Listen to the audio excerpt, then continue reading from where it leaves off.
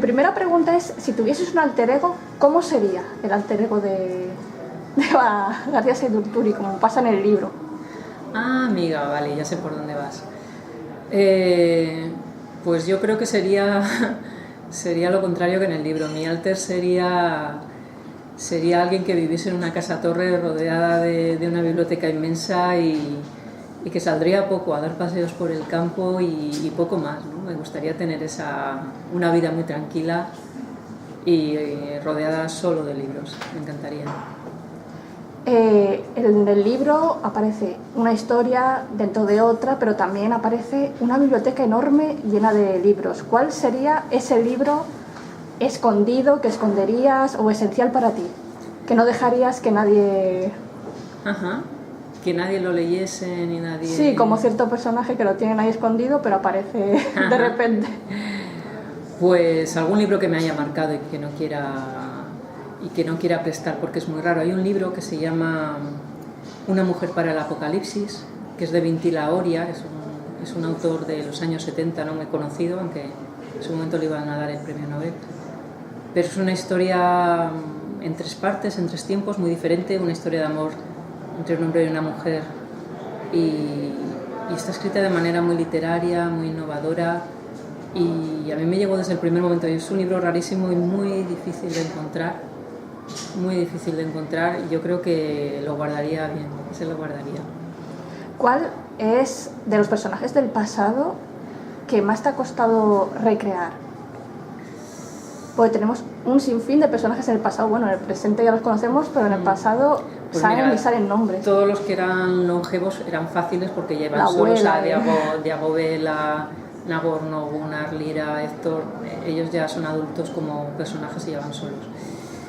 De los nuevos, Alice de Salcedo y Oneca Maestu también fueron personajes muy agradecidos. Eran mujeres, cada una de ellas con un objetivo, y eran fáciles. El más difícil tal vez el obispo García puede ser, ¿no? Puede que fuese el más difícil de cincelar, ¿no? Por todo el peso que tiene en la trama. Yo creo que sí, el obispo García. En la parte antigua, si tuvieses querido introducir dentro de ella y cambiar algo de lo que ocurre, ¿qué es lo que te gustaría cambiar de esa parte? O... de lo que sucedió con el asedio. Sí. Que no se hubiesen empecinado tanto de aguantar 9 meses, porque murieron la mitad. O sea, eran como 400 vecinos y quedaron menos de 200. Yo no hubiese aguantado tanto porque no... Era una batalla, nunca mejor dicho, perdida. Se sabía que no iba a llegar la ayuda. De hecho, el resto de los castillos de la fortaleza se rindieron el mismo día, como fue San Sebastián, etcétera, etcétera, y yo hubiese cambiado eso. Algo que me ha encantado de esta novela, aparte de Estíbaliz y Kraken, es cómo el pasado puede traspasar al presente y crear una historia. ¿Lo tenías en mente? Sí, era el juego desde el principio. O sea, siempre jugué con ir metiendo historia de la Tierra en el segundo más, y en el tercero quería que quedase claro, ¿no? que algo sucedido hace 1000 años todavía podía tener repercusiones en el presente.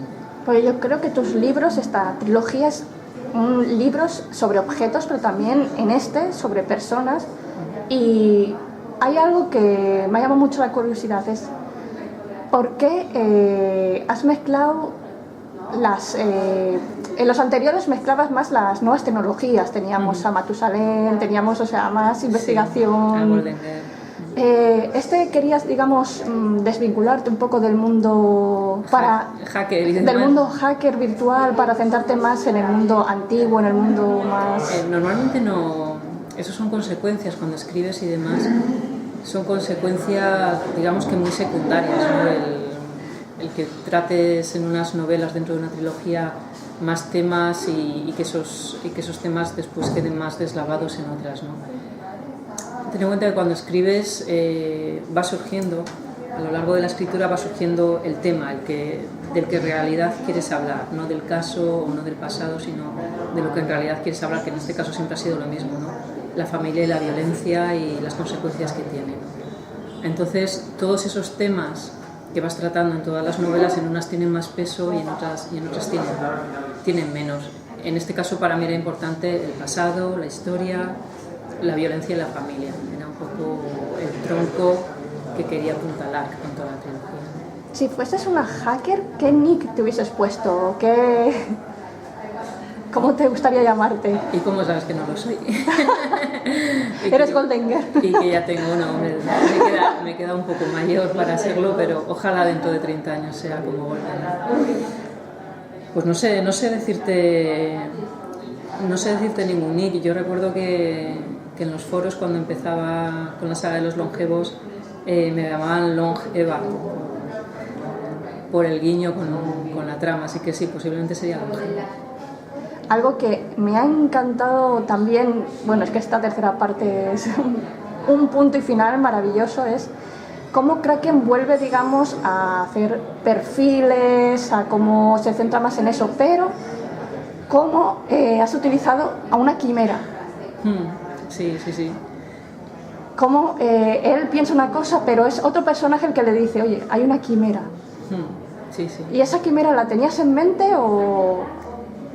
Sí que, bueno, sin desvelar demasiado la trama, sí que cuando montas el artefacto del thriller, es decir, el caso y el tema de quién es el asesino y demás, siempre tienes que darle un giro sorprendente y siempre tienes que crear algo que antes no se haya escrito, ni se haya visto, ni nada por el estilo, ¿no? En este caso hay mucha búsqueda y mucha intencionalidad para sorprender al lector, ¿no? Y sobre todo muchos venenos. También, es medievo, ¿qué quieres? Sí, pero que también, como decía antes, lo del pasado ha llegado al presente. Sí, el tema de la cantaridad, dices. Sí, la cantaridad, de hecho, hoy día no se utiliza, la mosca española sí que se vende que hablabas ahora del Internet negro. En el Internet negro sí que hay mucha oferta falsa de mosca española como nombre publicitario, como reclamo. De hecho, hoy no se utiliza porque no tiene ningún sentido por las cualidades irritantes que tiene. No tiene ningún sentido cuando hay otros productos que sí que son muchísimo más efectivos, ¿no?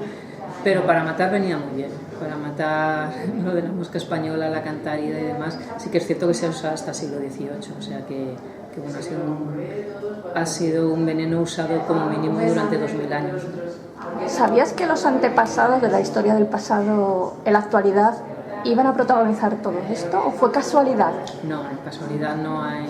Cuando haces un ensamblaje de esta manera de dos sagas diferentes que estás escribiendo, que ten en cuenta que yo empecé a escribir Longevos en 2009, son 10 años en mi cabeza y has pensado todas las posibilidades del mundo, porque en 10 años te da tiempo.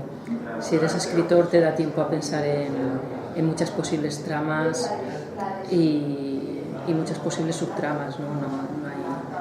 No es algo que surgiese de un año para otro, si te refieres a eso, ¿no? Si tuvieses un animal como el que aparece, una lechuza, ¿te gustaría? ¿O qué animal te gustaría que te acompañase si fuese...? Hombre, en el medievo las lechuzas sí que eran útiles, en la actualidad. En la actualidad no sería muy práctico. Además, las lechuzas tenían la pega esa, ¿no? De que si nacían, se criaban desde pequeñas junto a una persona, son muy posesivas y no dejan acercarse a nadie más, son peligrosas, ¿no? Pero, ¿qué animal? La verdad es que nunca he tenido animales ni he sido muy de animales porque siempre he vivido en ciudad, ¿no? Pero me imagino que tendría, si tuviese la oportunidad, tendría un husky siberiano. Si este libro fuese una palabra, una nota y un postre o un plato de tu tierra, ¿cuál sería? A ver, una palabra. ¿Un postre o plato de tu tierra? Si fuese un plato de mi tierra sería... Yo creo que sería...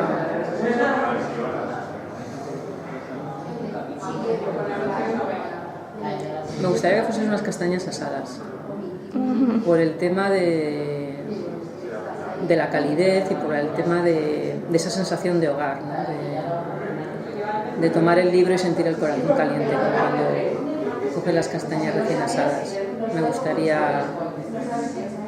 gustaría escribir novelas así de nutritivas, ¿no? Y si fuese una palabra, pues sería familia, me imagino, que al final es de lo que trata toda la novela. Pues muchas gracias, Eva. Un placer.